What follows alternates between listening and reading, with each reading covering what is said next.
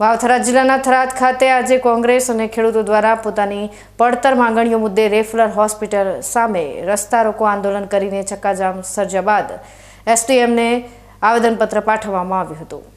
સરહદી વાવથરા જિલ્લાના થરાદ શહેરમાં ખેડૂતોના હક અને અધિકાર માટે કોંગ્રેસ પક્ષ દ્વારા ઉગ્ર વિરોધ પ્રદર્શનનું આયોજન કરવામાં આવ્યું હતું, જેમાં રેફરલ હોસ્પિટલની સામે આવેલા મુખ્ય માર્ગ પર જઈને કોંગ્રેસના આગેવાનો અને ખેડૂતોએ રસ્તા બંધ કરી ચક્કાજામ સર્જી દીધો હતો।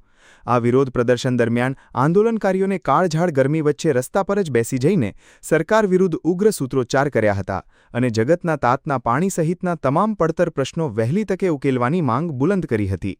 કોંગ્રેસ દ્વારા અચાનક જ રસ્તો ચક્કાજામ કરી દેવાના કારણે હાઈવે પર વાહનોની લાંબી કતારો લાગી ગઈ હતી અને ભારે ટ્રાફિક જામની સ્થિતિ સર્જાઈ હતી, જેના લીધે વાહન ચાલકો ભારે મુશ્કેલીમાં મુકાયા હતા।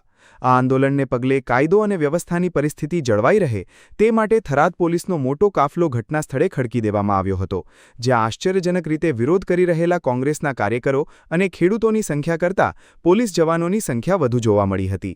રસ્તા પર વાહનોના પૈડા થંભી જતા પોલીસે આંદોલન કરી રહેલા કોંગ્રેસના તમામ આગેવાનો અને કાર્યકરોને શાંતિપૂર્વક સમજાવવાના પ્રયાસો હાથ ધર્યા હતા। લાંબી સમજાવટ બાદ આખરે પોલીસે માર્ગ પરથી પ્રદર્શનકારીઓને હટાવીને રસ્તો ખુલ્લો કરાવ્યો હતો અને વાહનોની અવરજવર નિયંત્રિત કરીને ટ્રાફિક હળવો કર્યો હતો। રસ્તા પરથી હટ્યા બાદ કોંગ્રેસના પ્રતિનિધિ મંડળે થરાદ એસડીએમ કચેરી ખાતે જઈને ખેડૂતોની તમામ પડતર માંગણીઓ તાત્કાલિક ધોરણે સ્વીકારવાની માંગ સાથે એસડીએમને રૂબરૂ મળીને આવેદનપત્ર સુપર્દ કર્યું હતું। ખેડૂતને આવી દુર્દશા ક્યારેય જોઈ નથી।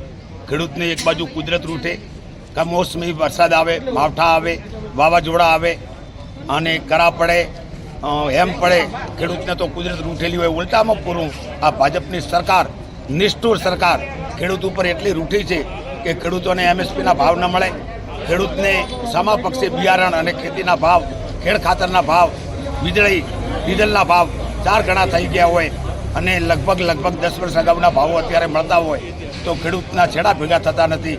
અધૂરામાં પૂરું અત્યારે જે વીજ લાઈનો નીકળે છે, મોટા મોટા વીજ પોલ નાખવામાં આવે છે, જે ખેડૂતોની જગ્યાઓ 1 કરોડ 2 કરોડ રૂપિયાના ભાવની એકર હોય, એક વીજ પોલ નાખવાથી એની વેલ્યુ 25 લાખ રૂપિયા થઈ જાય છે। તો અમારી માગણી છે, આખા ગુજરાતના ખેડૂતોની માગણી છે કે એક વીજ પોલના રૂપિયા 2 કરોડ વળતર આપવામાં આવે, દર મહિને 50,000 રૂપિયાનું ભાડું આપવામાં આવે અને ખેડૂત ઉપર આ સરકાર કંઈક ખેડૂતો માટે વિચારે। આ ખેડૂત આંદોલન આખા ગુજરાતમાં અત્યારે ચાલી રહ્યું છે। ગુજરાત સરકારને બચવું હશે તો ખેડૂત વિરોધી નિર્ણયો પાછા ખેંચી અને ખેડૂતોને સાચો ન્યાય આપવો પડશે। ત્યાં સુધી આ ખેડૂતો આંદોલન ચાલુ રાખવાના છે અને આ ખેડૂતોની ઓતરડી કકળે તો આ સરકારનું જનોત પનોત કાઢી નાખશે। આમ થરાદમાં કોંગ્રેસ અને ખેડૂતોના રસ્તા રોકો આંદોલનને પગલે ભારે અફડાતફડીનો માહોલ સર્જાયો હતો, ત્યારે હવે ખેડૂતોની આ સળગતી સમસ્યાઓ અંગે સરકાર આગામી દિવસોમાં શું સકારાત્મક નિર્ણય લે છે તે જોવું રહ્યું।